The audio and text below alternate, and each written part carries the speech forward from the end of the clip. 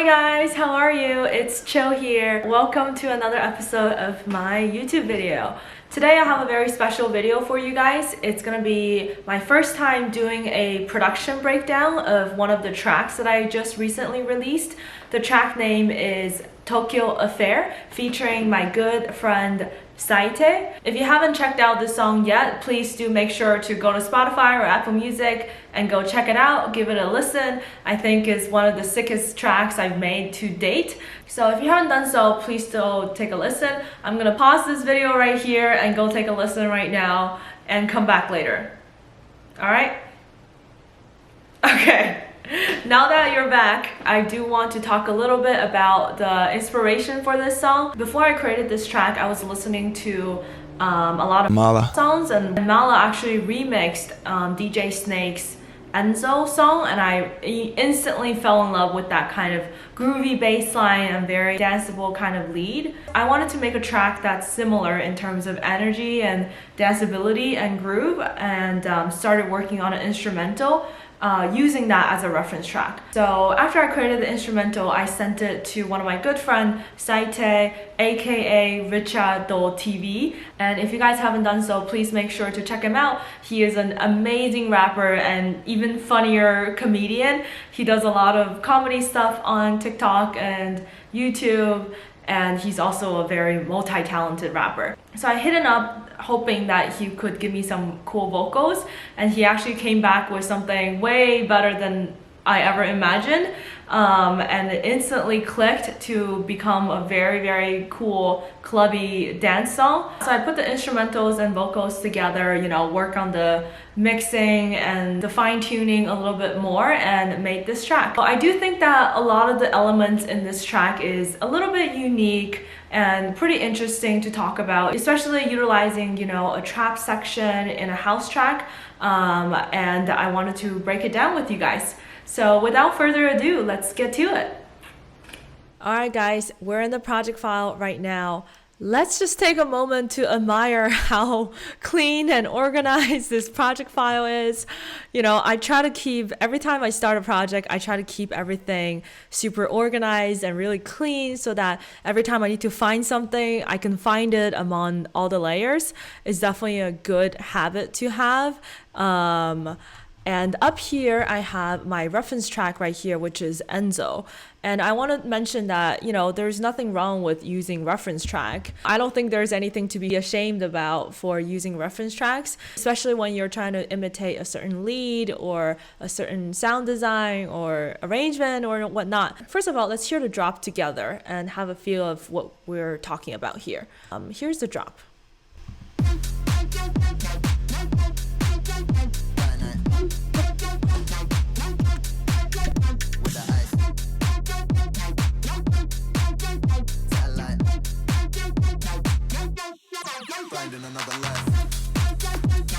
Alright, you guys have an idea of what's going on here.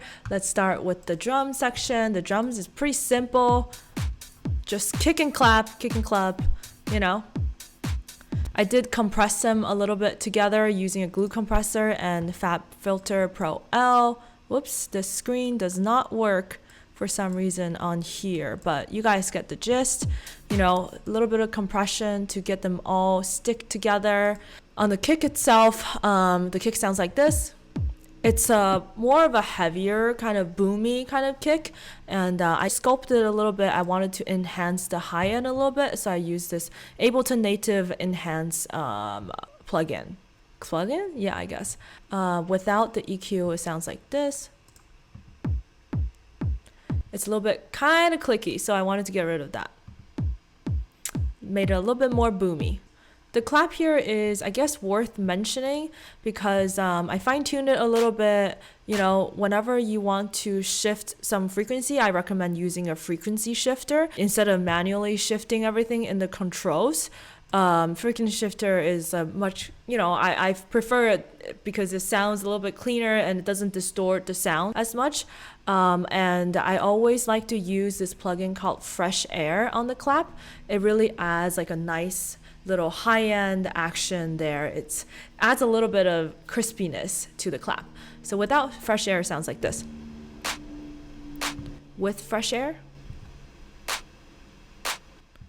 I don't know if you guys can hear the difference through OBS. I hope you guys can. I'm recording this through OBS right now. But yeah, Fresh Air is a great plugin for anytime you want to add a little bit of crispiness, a little bit of freshness to your claps, your percussion, even your vocals and everything.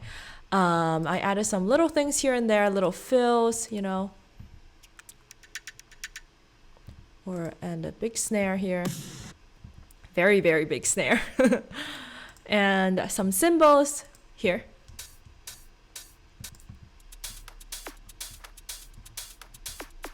You know, I like to use a lot of loops because I'm just lazy.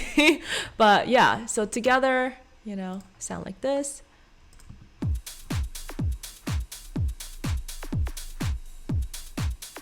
You gotta groove to the drums that you made. You don't have good drums. If you don't even like the drums yourself, it's not gonna be a good track. We can go through the bass line right now. The main bass line is this.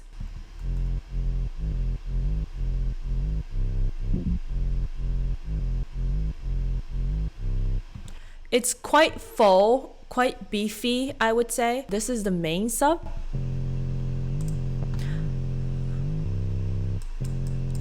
The patch looks like this. This is the patch. It's just a square wave and a saw wave. Nothing too fancy with heavy filter on it. A little bit hyper, a little bit depression. A little bit hyper, a little bit of distortion, and a little bit of compressor, of course, to make it super beefy. I love using overdrive on here, but I only put the dry wet to be 12% here. I really love using overdrive on all of my basses. It just gets that beefiness out from the sound. Without it, it sounds a little bit thin. There is also a resonator that I put here, also at 55, you know, half dry wet, to give it a little bit more like tone, I would say. If you haven't used these two plugins before, you should definitely play around with it. Helps a lot on your basses. I also use Pro Q here, you know, got rid of some, why is this like this? Oh my God. Yeah, it's not really working on this screen, unfortunately. I don't know. Oh, okay. Now it's working. I also use some Pro Q3 here to get rid of anything under, you know, 100 hertz-ish to make room for the other sub, which is way lower, and it's just a sine wave. And usually for the lower sub, I just use a sine wave and that's it. Because you just want like a clean waveform in the lower sub. And this is the lower sub. You know, very, very boomy. It's just a sine wave. There's nothing else going on. And I EQ'd it so that it just only occupies this section. And I highly suggest cutting off, you know, 25 hertz-ish and below, because most speakers are not going to produce that frequency. So you should just cut everything under 25 hertz. I also added these two little bass fills, which is kind of interesting to put it in here, you know, like a little stop there.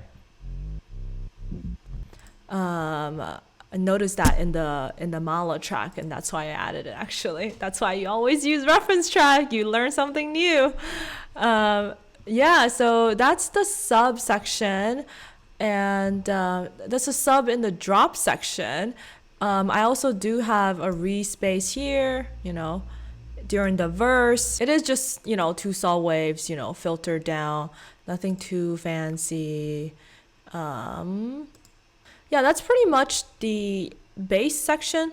All right, moving on to the main section, our main star of the show in the drop, which is the lead. This lead sounds like this.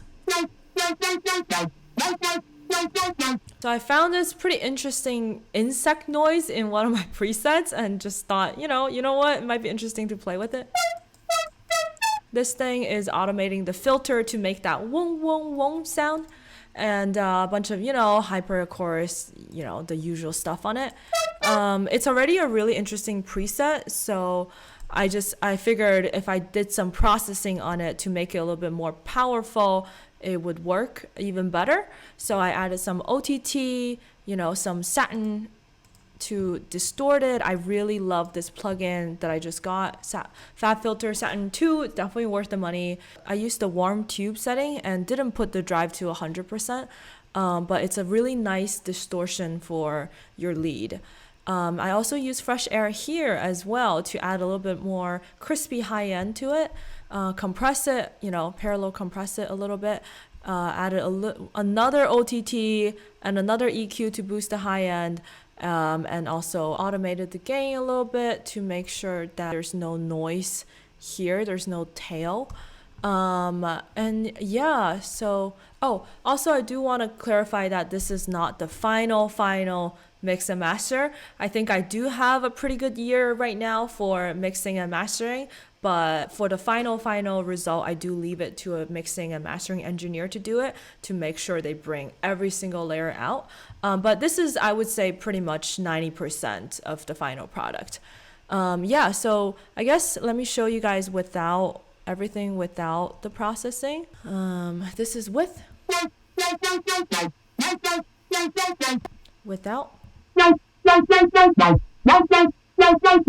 So yeah, I definitely wanted to bring out more high end, a little bit more distortion on here. Makes a pretty big difference in the mix, I would say, especially if it's the only lead. There's only one layer of it. You definitely want this to come out in the song. The lead together sounds like this.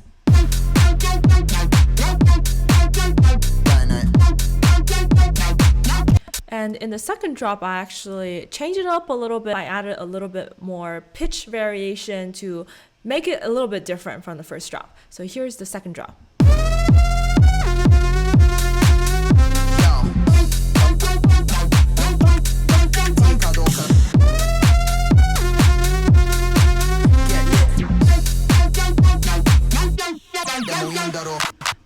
So yeah, the second drop I actually use a different synth. Oops. It's a more like a saw triangle kind of thing, because it's more prolonged, and I wanted the first part of it to be like a instead of like a filtered sound, like more like a prolonged kind of sound. So yeah, so the second lead is this. And of course, added LTT, EQ'd it a bunch. I added some retro color, RC retro color, see if it works on this screen. It does not. I don't know why, like, these two screens are not the same. Anyways, RC retro color is a good plugin to have. Some satin, some noisy plugin, added some resonation, another OTT, some EQ, some parallel compression, another Fresh Air. It's pretty similar processing wise to the first lead, but the sound itself is very different. Okay, so that's the lead section, and it's pretty straightforward. I think it's just one layer, two layers. The vocal itself, I guess it's good to mention it. So Saitei already gave me really clean recording. I didn't need to do that much to it. I just wanted to add more power and drive to his vocal. So I added a little bit auto-tune to it, a little bit, EQ to cut off the low ends, added some OTT, but only, 30%. Never been seen in the right light, shoot on sight or something along those lines. Sky high, but I'm looking for my satellite. I did want it to use a little bit of auto-tune to add a little bit kind of like a robotic kind of texture. And of course, CLA really helps compressing the vocals. I like to use this plugin called Chorus Dimension D to add some chorus effect, and I love that. It kind of gives like a tape kind of warmth to it. And another OTT, some de-esser, Q3, to EQ it further. I wanted to get rid of, oh my god, why is this so small? Yeah, so I wanted to get rid of some not nasty. See, I just wanted to get rid of some bad frequencies and use some dynamic EQing to get rid of it. Seen in the right light, shoot on sight or something along those lines. In the build up, I use some echo and delay, and of course, you're not gonna miss some reverb as well. And for reverb and delays, I like to use the Valhalla suite. I don't think, okay, here's the setting for the reverb. A little bit decay, a little bit of mix, this this stuff is pretty strong, so I only put it at 15%. The build up sounds like this. It's got. Whoops. Did it just fail on me? Oh my god, guys, I can't. My Ableton's been acting up lately. Alright, let's reopen the project. Let's reopen it. Alright, I'm reopening Ableton right now. Ableton, more like Disableton. Alright, we're back, guys. So yeah, so other than that, I added some more ad-libs, you know, here and there. And I'm still alive. Finding another life. Something like that, you know, just to make the vocal a little bit more spacious. That's pretty much the vocal section. There's not much else to mention besides, you know, you definitely need to get CLA vocal, and I highly recommend the Chorus Dimension D plugin as well. So yeah, that's the vocal section. And what else? The FX section, I don't think we need to mention that much. It's just all sweeps and risers and downlifters and whatnot. Nothing too fancy. And I want to talk about the harmonics a little bit more. Here, the main plug is really, there's only one layer of the main plug that comes on during the verse and the breakdown. It sounds like this. I hit him with a bright lights, stuck like a deer in the headlights. Man, I got stunned like it's fight night, but we don't really talk about fight night. So it is a pluck from Omnisphere. And this is the sound that I chose. I love Omnisphere. It has so many different sounds. It's really endless.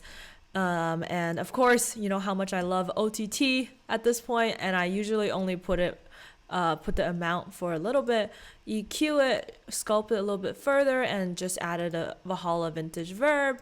You know, I put the mode on concert hall, and you know, put the mix at 30% because you don't want to overdo it. And this plug slowly comes on as the song goes. So I filtered the frequency here. Nothing too fancy, I guess. I think it's a pretty unique sound.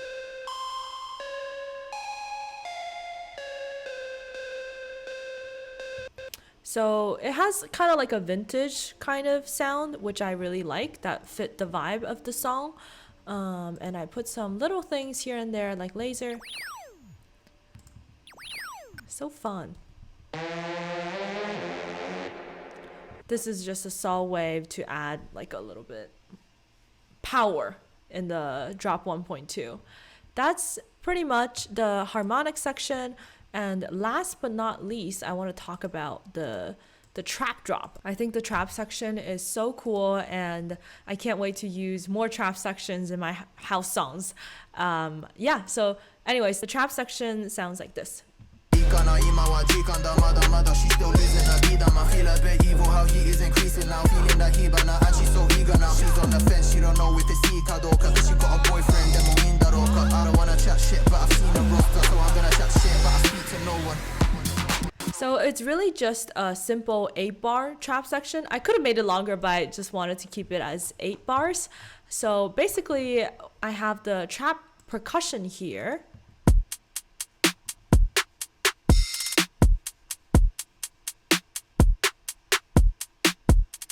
Other than the percussion, the most important thing is actually the 808s that I used. I actually used not just one, but 2 808s here.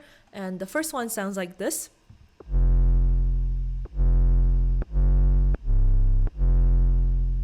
It's a more sustained, prolonged 808. This is the main one. And as you can see, I distort the out of it. I really want to add a lot of drive and a lot of color to this main 808. And I know this EQ looks ridiculous, but it actually works in the mix. I also compress it a lot, and I also sidechain it against the kick. And so this is the prolonged 808, and this one is the shorter one.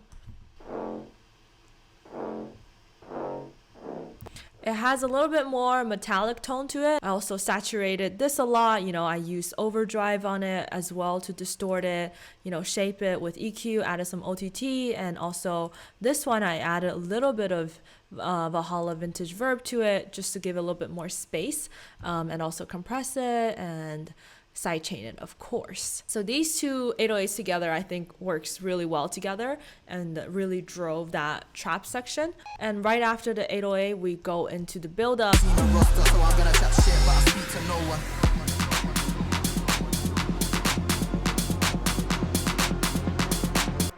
Yeah, so I guess I would say that's pretty much the entire track. Let me close this real quick. That's pretty much how I created the track Tokyo Affair. Hopefully it is helpful to you guys. Hopefully you could take something away from this video production wise.